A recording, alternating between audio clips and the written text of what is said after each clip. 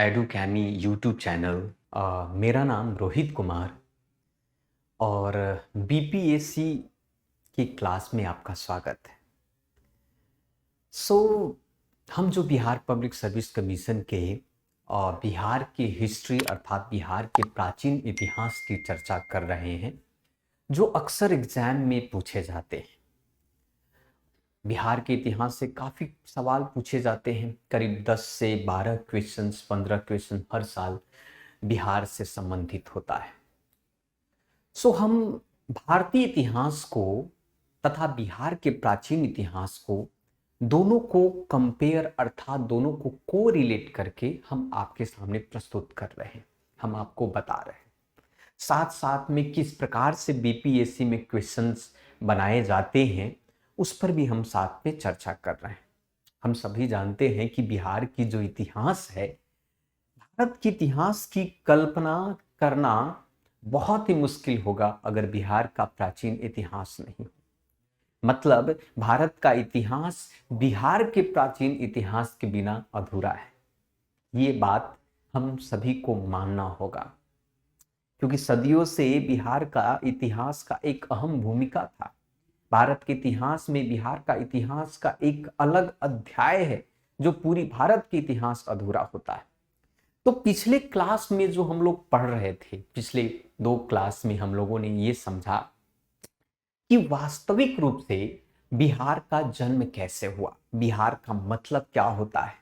हमने ये समझा कि भाई बिहार में जो 16 जनपद थे उनमें से 3 जनपद की क्या भूमिका रही। बिहार की प्राचीन बिहार की हम बात कर रहे हैं और पिछले क्लास में हम लोगों ने गौतम बुद्धा के बारे में पढ़ा था। थोड़ा सा मैं आपको रिकैप करवा देता हूं। जैसा कि हम लोगों ने पिछले क्लास में पढ़ा, गौतम बुद्ध का जो जन्म की अगर हम बात करते हैं, जैसा कि हम लोगों ने पढ़ा था कि गौतम बुद्ध का जन्म 563 ईसा पूर्व में कपिलवस्तु के लुम्बिनी नामक स्थान पर होता है। पिछले क्लास में हमने काफी इस पर चर्चा की थी। हमने पढ़ा था कि गौतम बुद्ध का जन्म जो है 563 ईसा पूर्व में हुआ। कपिलवस्तु जो है अभी नेपाल की तराई में, बिहार और नेपाल के बॉर्डर पर ये स्थान पड़ता है। वहीं पर स्थान है लुम्बिनी। लुम्बिनी नामक स्थान पर गौतम बुद्ध का जन्म हुआ था। हालांकि गौतम बुद्ध का बचपन का नाम सिद्धार्थ था। जब उन्होंने अपनी ज्ञान की प्राप्ति की निरंजना नदी के किनारे, अर्थात आज के प्रेजेंट डे में इसे फल्गु नदी के नाम से जाना जाता है।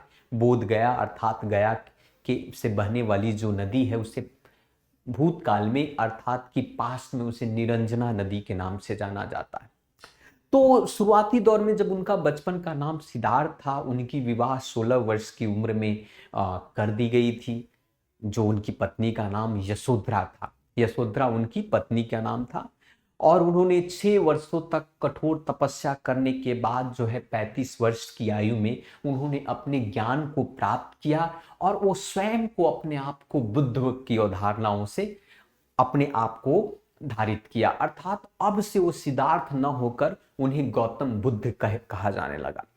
गौतम नाम उनकी जो फॉस्टर मदर अर्थात सौतेली माँ, जिसे गौतमी के नाम से जाना जाता था, उनकी माता के नाम पर गौतमी उनकी जो फॉस्टर माँ थी अर्थात सौतेली माँ थी, उनके नाम पर उनका गौतम था, इसीलिए गौतम बुद्ध कहा गया। हालांकि उनकी जो जन्म देने वाली माँ थी उनका नाम था महामाया। महामाया देवी का देहांत जो है गौतम बुद्ध के जन्म के 7वें दिन के उपरांत उनका देहांत हो गया था।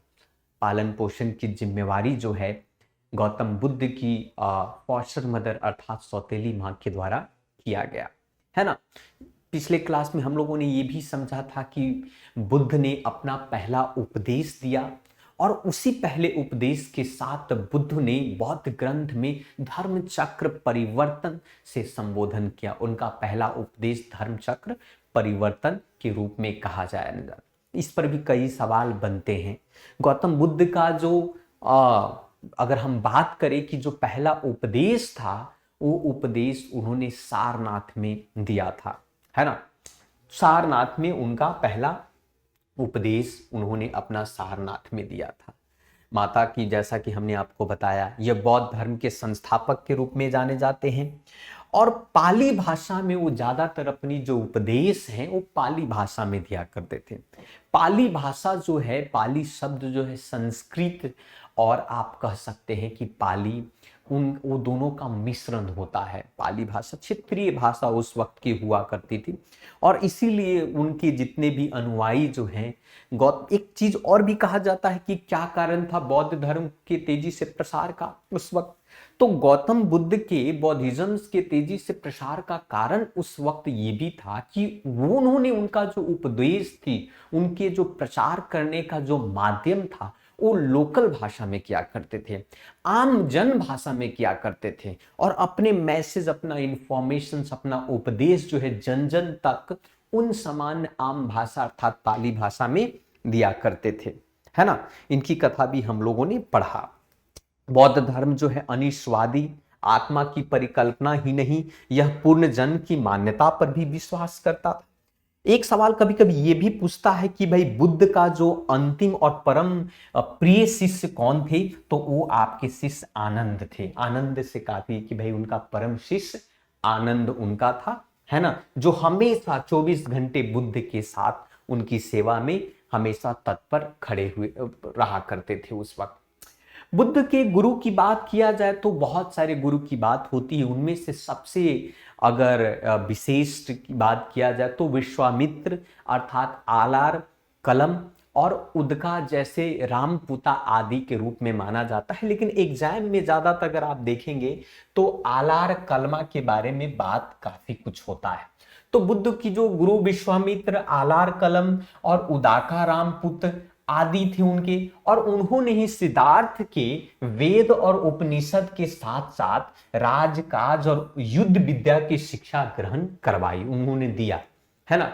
भगवान बुद्ध की मृत्यु जो है एक व्यक्ति द्वारा विषाक्त भोजन, ऐसा माना जाता है कि पॉर्क खाने से उनकी मृत्यु हो जाती है ना, मतलब उस फूड पॉइजनिंग के कारण उनकी मृत्यु हो जाती है गौतम बुद्ध का।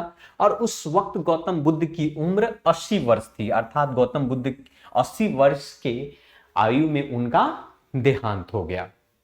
तो इससे आपका काफी सवाल बन सकता है। आज जो हमारे भारतीय तिरंगा है, तिरंगा पर आपने राष्ट्र ध्वज के बीच में आपने चक्र पट्टिका आपने देखा होगा, और उस चक्र पट्टिका में बौद्ध ध्वज या पंचशील ध्वज के ध्वज, बौद्ध धर्म का जो ये जो हमारा जो था ना बौद्ध धर्म का धर्म चक्र परिवर्तन, तो इस प्रकार के जो पट्टिका होते हैं हमारे 24, जिसमें 24 तीलियां होती हैं, वो बौद्ध धर्म से ही लिया गया था। कि शुरुआती में अशोक चक्र उसे कहते हैं, परंतु अशोक चक्र जो है, अशोक के द्वारा जो अशोक की जो कॉन्सेप्ट था बौद्ध के द्वारा लिया गया था, अर्थात जो है बौद्ध ध्वज जो उस वक्त का हुआ करता था, पंचशील ध्वज, है ना, तो वो उस वक्त का माना जाता है। तो आज जो बौद्ध धर्म में सफेद झंडा जो है शांति का प्रतीक, पवित्रता और सौहार्द का प्रतीक रहा जाता है।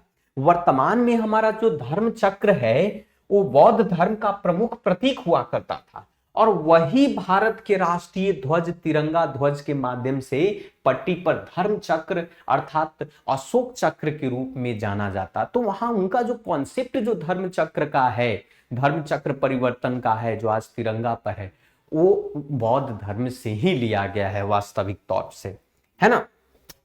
तो यूनिकोड है एक तरीके से धर्म चक्र का। महात्मा बुद्ध के उपदेश सीधे साधे हुआ करते थे, मतलब कह सकते हैं कि उन्होंने कहा कि भाई संसार दुख से भरा हुआ है और दुख का कारण इच्छा है और तृष्णा है, और इच्छा का त्याग कर देना मनुष्यों का, मतलब सिंपल सी अगर हम बात करें तो गौतम बुद्ध ने क्या कहा है। गौतम बुद्ध जो है अगर सामान्य बात में कहे तो गौतम बुद्ध ने ऐसा कुछ भी नहीं, उन्होंने कहा कि भाई जीवन में जो सामान्य लोगों की जो समस्या थी उस समस्या के निवारण की बात करते थे। अब जैसे उनका जो मुख्य रूप से ये कहा उन्होंने कि भाई बताओ इतना दुख क्यों है, तो उन्होंने पहला उनका जो स्टेटमेंट था कि भाई संसार जो है ना दुखों से भरा हुआ है, मतलब कि उन्होंने कहा कि the world is full of the sorrow, संसार दुखों से भरा हुआ है, मतलब जब तक आपका जीवन है दुख आपके साथ होगा। तो कहा कि ठीक है, आपने प्रभु कहा कि भाई संसार दुखों से भरा हुआ है, तो उस दुख का कारण क्या है। गौतम बुद्ध ने कहा कि भाई हाँ, दुख का कारण हमारी इच्छा है, हमारी तृष्णा है, हमारे अंदर की जो महत्वाकांक्षा है, वो महत्वाकांक्षा ही हमें दिन पर दिन जो है व्याकुल करता है। और जब वो महत्वाकांक्षा, हमारी इच्छा और हमारी तृष्णा जब पूर्ण नहीं होता है तो उसे दुख का जन्म होता है, हमारे शरीर में दुख का, जिसको आप एक्सपेक्टेशन करते हैं। मुझे मान लिया कि सपोज दैट किसी व्यक्ति से एक्सपेक्टेशन हुआ, हमें इच्छा हुई कि भाई मुझे किसी चीज को प्राप्त करनी है, और वास्तविक रूप से वो वस्तु जो है मुझे प्राप्त नहीं हुआ, तो मेरे मन में एक दुख का कारण, एक दुख जन्म लेगा, और वो दुख के कारण हमारा मन जो है असंतुलित हो जाएगा। परिणाम ये होगा उसके फलस्वरूप कि हम असंतुलित हो जाते। तो गौतम बुद्ध ने कहा कि भाई जो हमारा दुख का मेन जो कारण है वो तृष्णा है ना, वो हमारा इच्छा है, तृष्णा है, हमारी महत्वाकांक्षा है। तो कहा कि ठीक है, आप बताइए कि आपने कहा कि ठीक है, दुख का कारण जो है तृष्णा है, महत्वाकांक्षा, इच्छा है, तो इस दुख से कैसे मुक्ति प्राप्त किया जाए?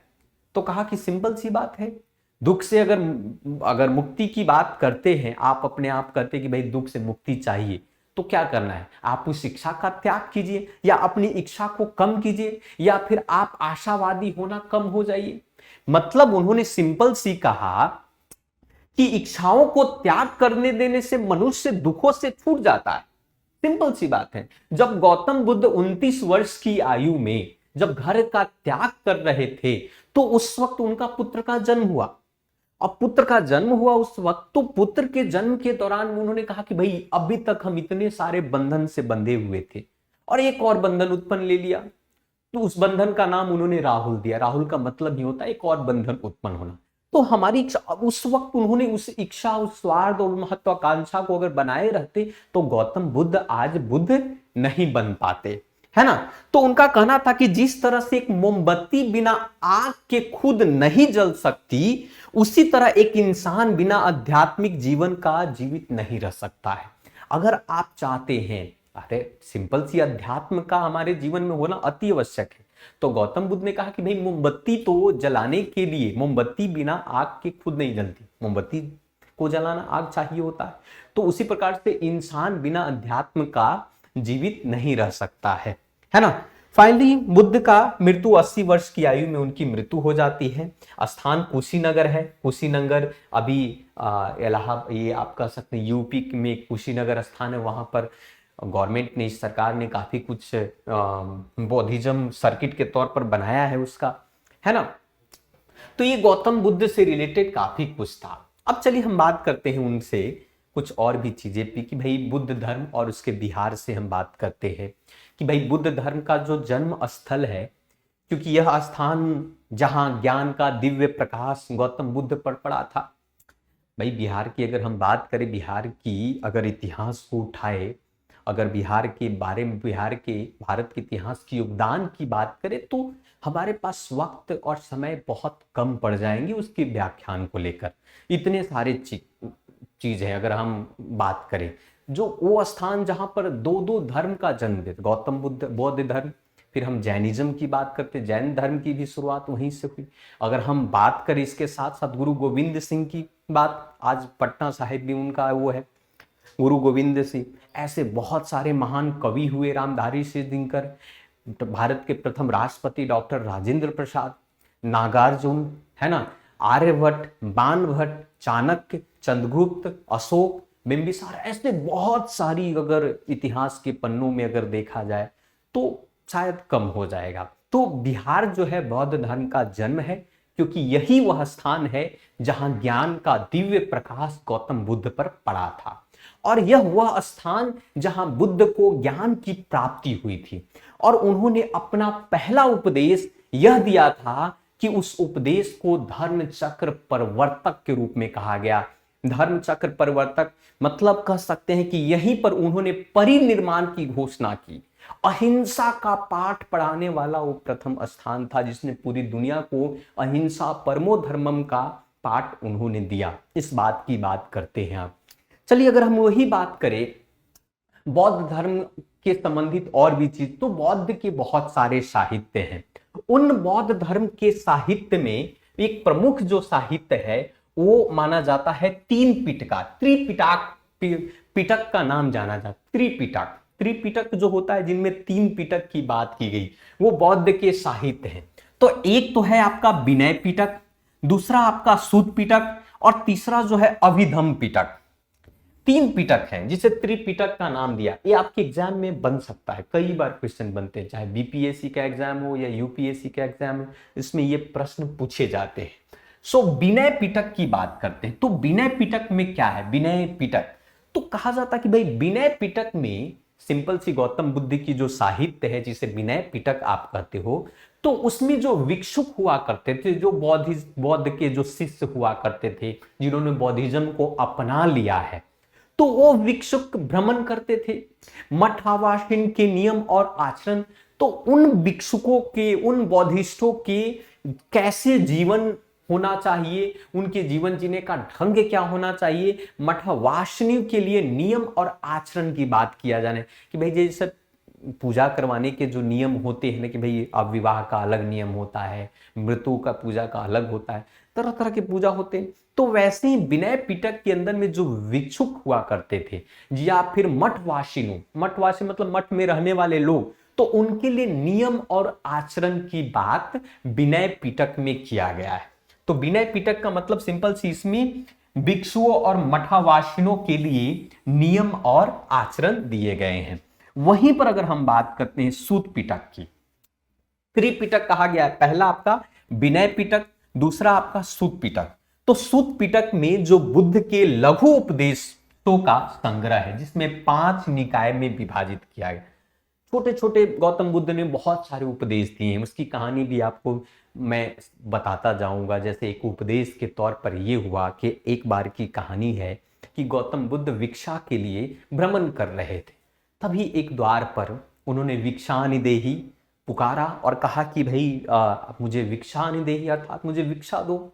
एक मोटा ताजा व्यक्ति जो है सामने बाहर से निकला और कहा कि बहुत सारे अपशब्द जो है गौतम बुद्ध को सुनाया कि भाई आप इतना शरीर है, आप सुंदर है, सुसंगठित हैं, आप यंग हैं और इस उम्र में भी तुम भिक्षा मांगते हो, बहुत सारे।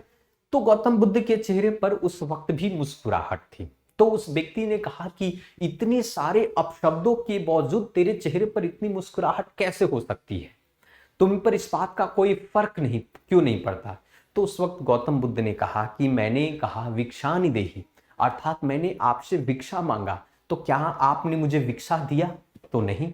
और अगर आपने मुझे भिक्षा दिया और मैं भिक्षा को ग्रहण ही ना करूं तो क्या? तो जिस प्रकार से आपने मुझे इतने सारे अपशब्द सुनाए और वो शब्द के कारण अगर वो अपशब्द का मैं ग्रहण नहीं किया जाए तो मुझ पर उसका कोई प्रभाव नहीं पड़ा। अपशब्दों का प्रभाव तब होता है जब आप उस अपशब्द का ग्रहण करते हैं। तो गौतम बुद्ध ने उस प्रकार से जो छोटे मोटे जितने भी उपदेश थे, वो उपदेश को सूत पिटक के अंदर में उसको संग्रहित किया गया है और उसी सूत पिटक में 5 निकाय में उसे विभाजित कर दिया गया है ना। तो दे चीजें, एक विनय पिटक हुआ, दूसरा सूत पिटक है ना, और तीसरा तो विनय पिटक में मैंने कहा कि भाई भिक्षुओं और बौद्धिस्टों के जीवन जीने का ढंग, उसके नियम और आचरण की बात करता है। वहीं पर सूत पिटक के अंदर में बुद्ध के जो छोटे छोटे उपदेश है, उस उपदेशों का संग्रह है और उसी संग्रह को 5 निकाय में विभाजित कर दिया गया। वहीं पर अगर हम बात करें अभिधम पिटक की बात करें, अभिधम पिटक जो है इसमें बुद्ध के सिद्धांत यानी धार्मिक प्रवचन की बात की है। मीमांसा दिया गया है। मीमांसा क्या होता है? मीमांसा जो है एक दर्शन शास्त्र है। हम सभी जानते हैं कि हमारे 6 प्रकार के दर्शन शास्त्र हैं। आप दर्शन शास्त्र की बात करते हैं तो उसमें जो मीमांसा अर्थात गौतम बुद्ध की जो धार्मिक बुद्ध के जो सिद्धांत है, अब वैसे बुद्ध का सिद्धांत हुआ ना कि भाई गौतम बुद्ध ने कहा कि अगर जीवन में व्यक्ति को मध्यमा पाथ को अपनाना चाहिए, मिडिल पाथ, तो ये बुद्ध का सिद्धांत है। अभी भी हम और भी आगे चल के बुद्ध के सिद्धांत पर हम बात करेंगे एक एक करके। तो जो बुद्ध के सिद्धांत है जिसे आप मीमांसा कहते हैं, उस मीमांसा धार्मिक प्रवचन को अभिधम पिटक के अंदर में संग्रहित किया। और एक चीज मैं बताता हूं, धम का मतलब धर्म होता है। अभिधम, अभि मतलब धम, धम का मतलब धर्म होता है। कहते हैं बुद्धम शरणम गच्छामि, धम्मम शरणम गच्छामि, धम धम का मतलब धर्म होता था, धर्म के शरण में धारित करो। तो अविधम जो पिटका है ये तीसरा, ये त्रिपिटका हुआ, इसे हम त्रिपिटक पिटक पिटक कहते हैं, इसे त्रिपिटक कहते हैं। वो तीन पिटक क्या हुआ, विनय पिटक, सूत पिटक और अविधम पिटक। सो विनय पिटक में भिक्षु और मठावश्यों के लिए नियम, सूत पिटक के अंदर में लघु उपदेश और अभिधम पिटक के अंदर में सिद्धांत यानी कि धार्मिक प्रवचन की बात की गई है, जिसे आप मीमांसा कहते हो, जो कि एक दर्शन शास्त्र का एक हिस्सा है। जिस प्रकार से हमारे 6 दर्शन शास्त्र हैं, है ना, दर्शन शास्त्र की बात भी हम लोग करेंगे। 6 प्रकार के दर्शन शास्त्र क्या है, पतंजलि के अलग हैं, आपका कपिल मुनि का अलग है, आपका मीमांसा अलग हुआ आपका, है ना। तो ये इसकी बात करते हैं। चलिए, अब बात हुआ कि अभी तक तो आपने देखा विनय पिटका, हमने सूत पिटका की भी बात की, अविधम पिटक की बात की। चौथा जो है जातक, जातक, जातक का नाम सुना होगा आपने। तो जातक जो है जिसकी हम बात करते हैं, जिसकी हम कल्पना करते हैं, तो जातक में पिछले जो है आपको बुद्ध के जो पिछले जन्म से संबंधित जिसमें लघु कहानियां संग्रह है कि भाई, जैसा मैंने बताया कि गौतम बुद्ध बुद्धिज्म के अंदर में रीबर्थ में विश्वास करते हैं, पूर्ण जन्म होता है और जन्म से पहले भी होता है, जन्म के बाद भी होता है और प्रेजेंट जन्म की भी बात की गई है। मतलब बुद्धिज्म जो है रीबर्थ में विश्वास करता है। इसीलिए मैं आपको बता दूं कि पिछले में बताया था आपको कि रीबर्थ में आपका एक मैत्रिया जो फ्यूचर बुद्धा की बात करता है कि भाई आने वाले भविष्य में बुद्ध का जन्म होगा। इसकी भी कहानी हम आपको बताएंगे, सिविल सर्विसेज में इसका भी प्रश्न पूछा था कि मैत्रिया का मतलब क्या होता है यहां पर। जातक जो है, तो जातक में बुद्ध के पिछले जन्म से संबंधित लघु कहानियां उसमें संग्रह है। और मैं आपको बता दूं कि आप जब हम बात करेंगे एलोरा की गुफा, एलिफेंटा की गुफा, या फिर आप जितने भी हैं वहां पर बुद्धिज्म से रिलेटेड बहुत सारी तथ्य और पेंटिंग आपको देखने को मिलेगा। आपको जातक की बहुत सारी कहानियां एलोरा की गुफा में आपको देखने को मिलेगी वहां पर, है ना। तो जातक क्या है, तो बौद्ध साहित्य में एक जातक है जिसमें बुद्ध के पिछले जन्मों से संबंधित बहुत सारे लघु कहानियां हैं। वहीं पर बात करते हैं एक साहित्य और है बुद्ध का जिसे मिलिंद पान्हो कहते हैं। मिलिंद पान्हो क्या है, देखिए ये सारे साहित्य आपको एग्जाम में पूछे जाते हैं। त्रिपिटक के बारे में पूछा जाता है, विनय पिटक के पूछा जाता है, सूत पिटक क्या है, अभिधम क्या है, जातक क्या है, मिलिंद पान्हो क्या है। मिलिंद पान्हो की भी बात हमारे एग्जाम में अक्सर किए जाते हैं। कोई भी प्रीवियस ईयर का क्वेश्चन उठा को देखो आपको मिलेगा आपको। मिलिंद पान्हो में उन्होंने कहा कि भाई उस वक्त के यूनान के राजा हुआ करते थे मेनांदर, जिसको मिंडर भी बुकों में कहा जाता है। मेनांदर जो था राजा, जो यूनान का राजा, और बौद्ध एक संत हुआ करते थे नागसेन।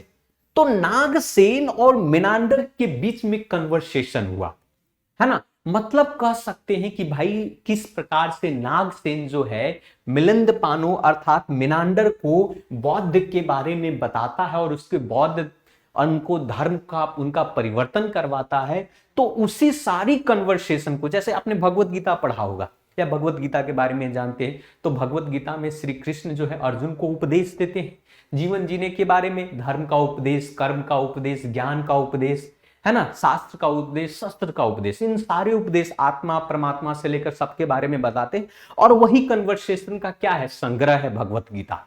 उसी प्रकार से जो मिलिंद पान्हो है यूनान के राजा मेनांदर और बौद्ध संत नागसेना के बीच की बातचीत का कन्वर्सेशन है। और उसी कन्वर्सेशन के माध्यम से नागसेन जो है उन्होंने गौतम बुद्ध के बारे में सारी कहानियां, उसके उपदेशों के बारे में बताया नागसेना में। तो ये मिलिंद पान्हो के अंदर में, तो ये 4 जो बौद्ध साहित्य बहुत ही इंपॉर्टेंट है ना। त्रिपिटका आखिर का चौथा जो बौद्ध परिषद के दौरान जो संकलित किया गया था, जो पाली भाषा में, जो त्रिपिटक जो है पिटक, ये त्रिपिटक आपका विनय पिटक, सूत पिटक और अद्विदल। तो जब चौथा बार, तो हम अभी चर्चा करेंगे उस पर, जो बौद्ध संगति हुई, उस बौद्ध परिषद में उसको संकलित किया गया था। ठीक है, तो ये बात जो ये बहुत एग्जाम के लिए इंपॉर्टेंट है, आप इस बात को आप समझिएगा। चलिए हम बात करते हैं। अभी हम बात कर रहे थे कि गौतम बुद्ध के ज्ञान की बात कर रहे थे, उनकी विज्ञान की बात कर रहे थे। तो गौतम बुद्ध ने कहा 4 सत्य की बात की, जिसे 4 ट्रूथ भी कहा जाता है। 4 नोवेल ट्रूथ कहते हैं अंग्रेजी में, 4 नोवेल ट्रूथ। तो 4 नोबल ट्रूथ क्या था? 4 सत्य गौतम बुद्ध ने कहा। और 4 सत्य क्या है? उन्होंने कहा कि सर्वम दुखम, सर्वम सर्वम दुखम मतलब सिंपल सा, जीवन दुखों से भरा हुआ है ना, संसार दुखों से भरा हुआ है। सिंपल से उन्होंने इस बात को कहा, 4 सत्य की बात गौतम बुद्धा ने कहा।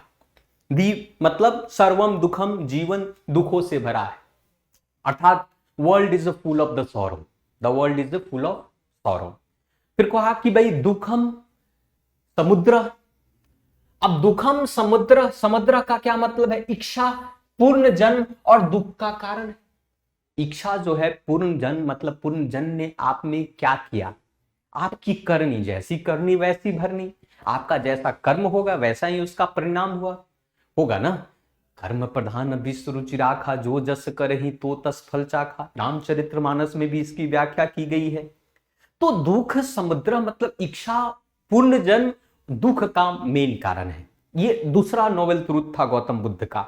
और तीसरा नोबल ट्रूथ था कि भाई दुख निरोध है, अर्थात इस दुख से कैसे निपटा जाए, अर्थात इच्छा पर विजय प्राप्त कर दुख और पुण्य जन्म से मुक्ति कैसे पाई जाए, इसके बारे में गौतम बुद्ध इस नोबल ट्रूथ के माध्यम से वो बताते हैं।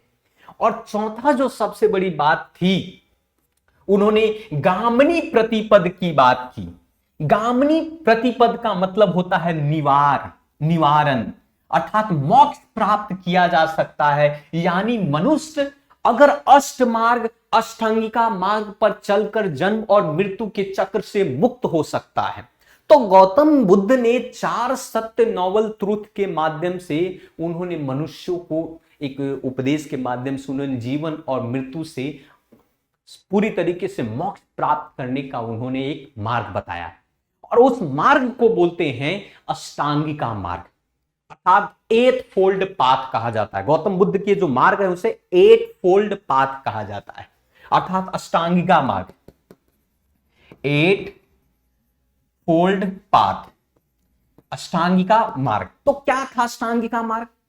ये 8 मार्ग उन्होंने बताया कि इससे आप जीवन और जन्म और मृत्यु के चक्र से मुक्ति प्राप्त हो जाएंगे, आप मुक्त हो जाओगे आप, उन्होंने कहा। सिंपल सी और वास्तविक है ये कि अगर हम गौतम बुद्ध के 4 नोबल ट्रूथ और अष्टांग का मार्ग को अगर हम अपनाएं तो शायद हमारा मन जो है शांत हो जाता है, अर्थात मोह माया के बंधन से हम छूटने लगते हैं, है ना।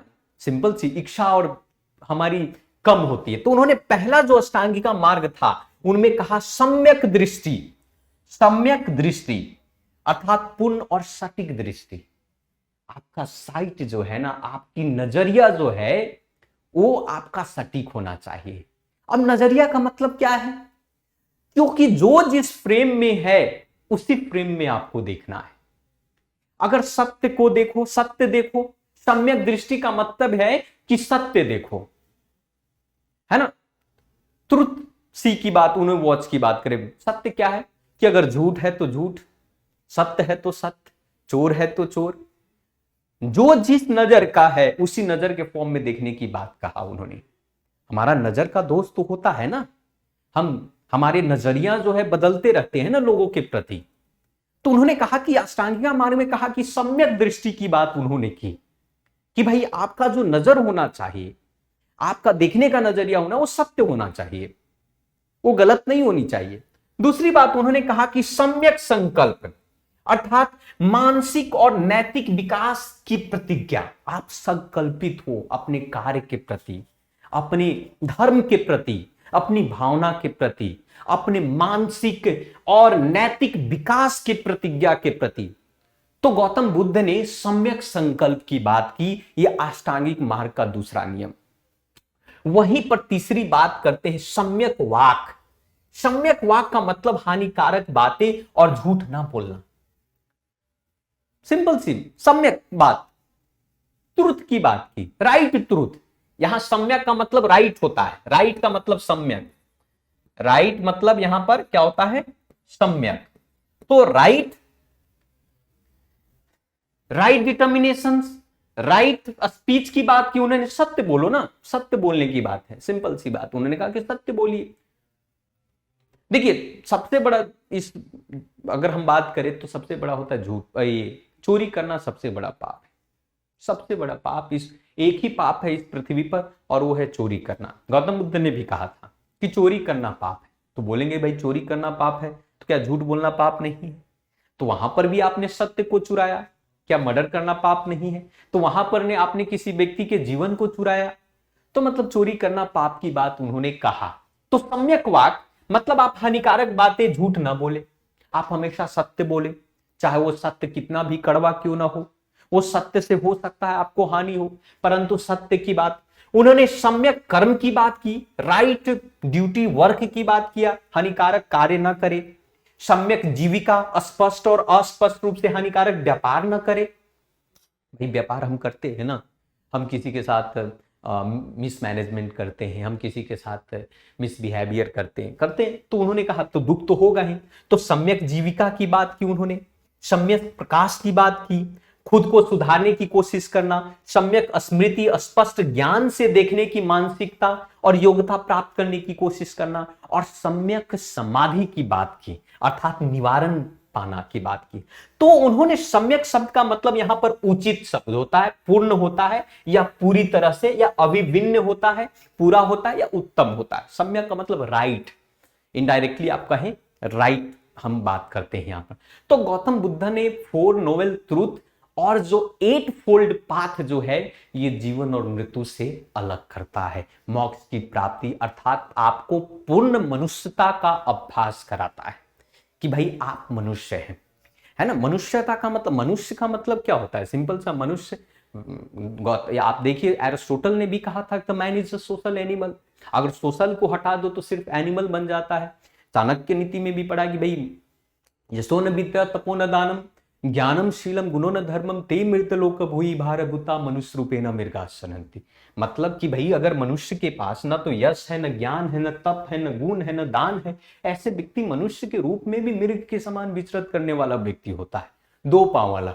तो गौतम बुद्ध ने अष्टांगिका मार्ग और 4 सत्य मार्ग के माध्यम से उन्हें जन्म और मृत्यु के चक्र से मुक्त होने की बात उन्होंने की, है ना। ये देख सकते हैं यहां पर गौतम बुद्ध का, ये आपका यही जो अशोक पट्टिका जो हमारा तिरंगा में अशोक चक्र के जगह पर ये देखने को मिलता है आपका, ये गौतम बुद्ध का, जिसे धर्म चक्र परिवर्तन कहते हैं आपका, है ना। तो ये सारी चीज जो है गौतम बुद्ध से रिलेटेड बातें करती है। अब हम बात करते हैं कि जब गौतम बुद्ध का देहांत हुआ, गौतम बुद्ध की मृत्यु 80 वर्ष की उम्र में हो गई, तो गौतम बुद्ध के मृत्यु के बाद जो है लोगों ने कहा कि भाई इस बुद्धिज्म को आगे बढ़ाना चाहिए।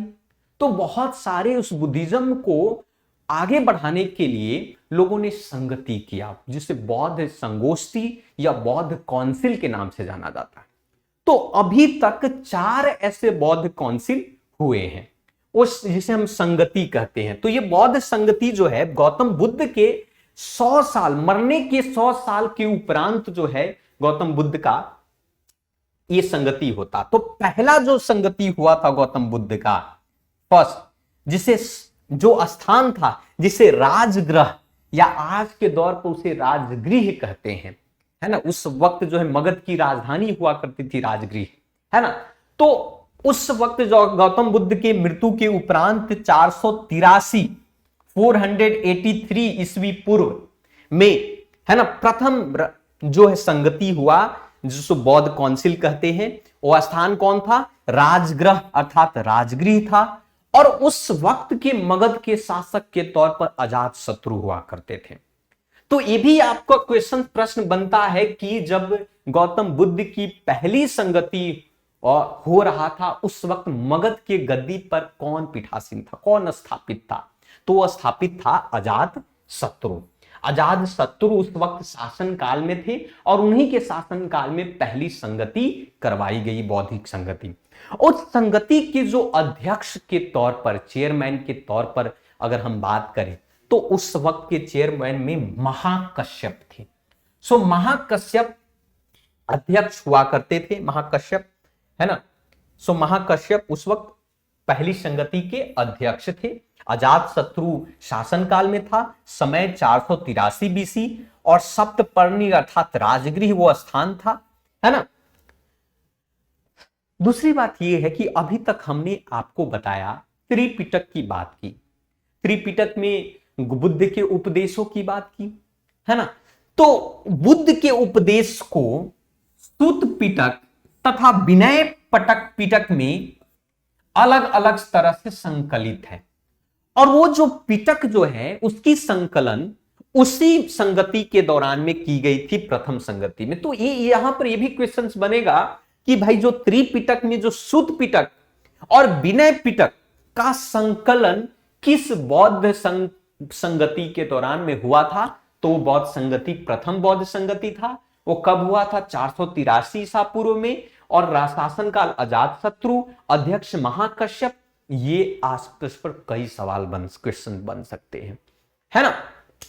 वहीं पर अगर हम बात करें कि द्वितीय काउंसिल की बात करें, अर्थात सेकंड काउंसिल की बात करें, तो सेकंड काउंसिल उस वक्त की वजी के राजधानी, वजी मैंने कहा था कि महाजनपद की बात की थी, 16 महाजनपद की बात की थी। उन 16 महाजनपद में जो वजी की राजधानी वैशाली और मगध की राजधानी राजगृह, तो दूसरा जो काउंसिल हुआ वो वैशाली में हुआ, और पहले काउंसिल के 100 साल बाद हुआ, अर्थात कि 483 के 100 साल बाद कितना हुआ? 383 ईसा पूर्व। देखिए ये घटते क्रम में ईसा पूर्व जो है, जब 1781 के आसपास में जब भारत के इतिहास का संकलन कर रहा था प्रॉपर तरीके से 1761 में एशियाटिक सोसाइटी जो है उसके माध्यम से, तो उन्होंने ग्रिगोरियंस कैलेंडर को बेस माना, और ग्रिगोरियंस कैलेंडर में ईसा मसीह के जन्म को एक बेस माना जाता है। इसलिए ईसा मसीह के जन्म से पहले की घटना और ईसा मसीह के जन्म की बाद की घटना, तो बुद्ध की कहानी जो है ईसा मसीह के जन्म की पहले की कहानी है, इसीलिए ईसवी पूर्व और ईसा मसीह बाद, अर्थात ईसवी पूर्व की बात होती है, इसीलिए इसे बीसी कहा जाता है और एडी कहा जाता है, एनो डोमिनी और बिफोर क्राइस्ट, ये बात है। तो 483 ईसा पूर्व के 100 साल बाद 383 ईसा पूर्व में द्वितीय संगति बौद्ध संगति हुआ, जो स्थान वैशाली है, और उस वक्त शासन काल में काल अशोका हुआ करता था। तो काल अशोका के शासन काल के दौरान में ये संगति करवाई गई, और अध्यक्ष थे साब कमीर, या उसके सर्वकामनी भी कहते हैं, सर्वकामनी। तो याद रखिएगा ये अध्यक्ष कौन थे? सर्वकामनी या साब कमीर, ठीक है। भिक्षुओं में मतभेद के कारण जो स्थावीर और महासंघिका में उस वक्त विभाजन हो गया था, मत अलग अलग बदल गए थे। बौद्धिज्म के अंदर में भी 4 लोगों को मानने वाले आ गए, है ना। तो उसमें आप आगे महायाना, हीनायंस और ब्रजनायंस, ये तरह तरह में भी विभेद होने लगा, जैसे जैनिज्म में भी विभेद। तो लोग मत जो है ना, देखिए इसीलिए कहा गया है कि मन का भेद और मत का भेद। तो मत का भेद तो कभी कभी अच्छी होती है कि ठीक है मत का भेद हो सकता है, लेकिन मन का भेद नहीं होनी चाहिए।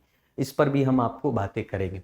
तो हम बात करते हैं सर्वकामनी भिक्षुओं में मतभेद के कारण उस वक्त जो है स्थावीर और महासांघिका में उस वक्त क्या हो गया? विभाजन हो गया, और परिणाम स्वरूप आप कह सकते हैं कि वो विभाजन के कारण और भी नए नए बौद्धिज्म में ही अलग अलग उप रिलीजन्स बनने लगे, ठीक है। तीसरी का अगर हम बात करें, तृतीय संगति की बात किया जाए, तो तृतीय संगति का स्थान जो है पाटलिपुत्र है। पाटलिपुत्र, उसके बाद जो है राजगृह से राजधानी पाटलिपुत्र स्थापित कर दिया जाता है, मगध की राजधानी। और पाटलिपुत्र उदयनी उस वक्त का उदयनी जो है था, पर उसने वही करवाया था, लेकिन वहां पर छोड़ देते हैं, उसकी बात अलग है। सो तृतीय जो संगति होती है वो पाटलिपुत्र में 250 ईसा पूर्व में, और शासन काल में अशोक हुआ करते थे। तो अशोक के शासन काल में तीसरी बौद्ध काउंसिल करवाई गई, है ना। और उस वक्त के जो अध्यक्ष थे मोगलीपुत्र तिस कहा जाता है। वो अध्यक्ष का नाम क्या था? मोगलीपुत्र तिस, ठीक है। और तीसरा जो पिटक है अभिधम पिटक, उसका भी संकलन जो है उसी वक्त। तो अभिधम तो गौतम, ये आपने एक चीज और भी कहा जाता है कि बुद्धिज्म, आज जो बुद्धिज्म है, जो संपूर्ण आप कह सकते हैं कि भाई दक्षिण एशिया के करीब करीब सभी क्षेत्र में ये बौद्धिज्म जो इस प्रकार से पाया जा रहा है, उस बौद्धिज्म को प्रसार करने वाला अगर कोई शासन काल व्यवस्थित राजा था तो वो अशोक ने ही बौद्धिज्म को संपूर्ण एशिया तो नहीं कह सकते हैं, बट साउथ एशिया के पूरे रीजन तक बौद्धिज्म को फैलाने का श्रेय अशोक को दिया जाता है। सम्राट अशोक है ना, जिन्होंने उनके पुत्र जो है महेंद्र और चारुमती, दो पुत्री और पुत्र हुआ करते थे।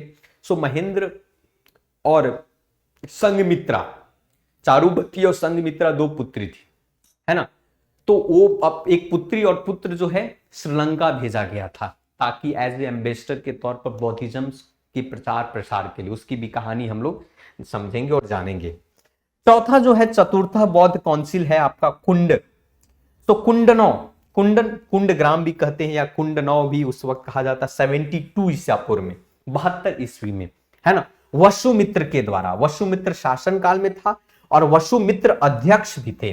तो बौद्ध संघ में, तो जैसा कि हमने कहा कि बौद्धिज्म के अंदर में भी विभाजन हुआ, और विभाजन जो हुआ आपका उस वक्त हीनयान और महायान में विभाजन हुआ। तो बौद्धिज्म में ही दो प्रकार के विभाजन हुए, हीनयान और महायान, जिसको हम लोअर व्हीकल्स और आपका ग्रेट व्हीकल्स भी कहा जाता है। आगे चलकर वज्रयान भी आएगा।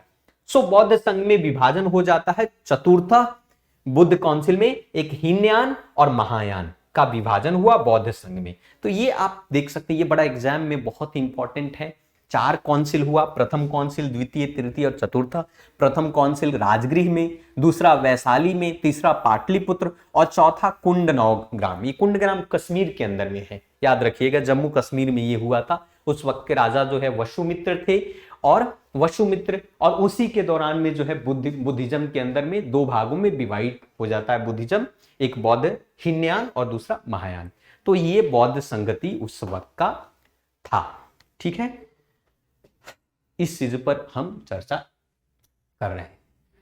अब चलिए, अभी तक तो इसमें आपने देखा, इस वीडियो में हमने आपको बौद्धिज्म से रिलेटेड बहुत सारी चीज के बारे में हमने आपको बताया, और आज हमने पढ़ा बौद्धिज्म के बारे में, बुद्ध के जो सत्य है ये पढ़ा हमने, गौतम बुद्ध के बारे में, गौतम बुद्ध की पूरी जन्म की कहानी। वहीं पर हमने बात की बौद्ध धर्म और उसके विहार, बौद्ध साहित्य के बारे में बात की, 4 सत्य और अष्टांगिक मार्ग, और हमने उसकी संगति की बात की। और इससे बाहर आपके क्वेश्चंस नहीं आने वाले हैं, तो बहुत ही इंपॉर्टेंट था ये। और आज के लिए हम इस क्लास को हम यहीं पर रखते हैं। नेक्स्ट क्लास में हम आपको बौद्धिज्म के कुछ जो इंपॉर्टेंट है, बिहार के महत्वपूर्ण बौद्ध तीर्थ स्थल और उसके संक्षिप्त विवरण के बारे में भी बात करेंगे, क्योंकि उसमें भी बीपीएससी में बहुत क्वेश्चन पूछे जाते हैं। और ये जो क्लास है आपके प्रीलिम्स और मेंस एग्जाम, ये दोनों के लिए आपके लिए बहुत महत्वपूर्ण है, बिहार पब्लिक सर्विस कमीशन, और साथ साथ में आप बाकी के जो और भी एग्जाम आपके लिए बहुत ही महत्वपूर्ण होगा ये क्लास। तो आशा करते हैं कि ये क्लास आपको अच्छा लग रहा होगा, और इसी प्रकार के और जितने भी सारे वीडियोस जो आपको आ रहे हैं, उसके लिए इस चैनल के साथ आपको तो जुड़ना पड़ेगा। साथ साथ में आप इसके बेल आइकन को भी दबाएं, ताकि और भी आपको नोटिफिकेशन ये सब सारी चीज़ें मिलता रहे, है ना। तो आज के लिए इतना ही रखते हैं। Thank you very much. धन्यवाद।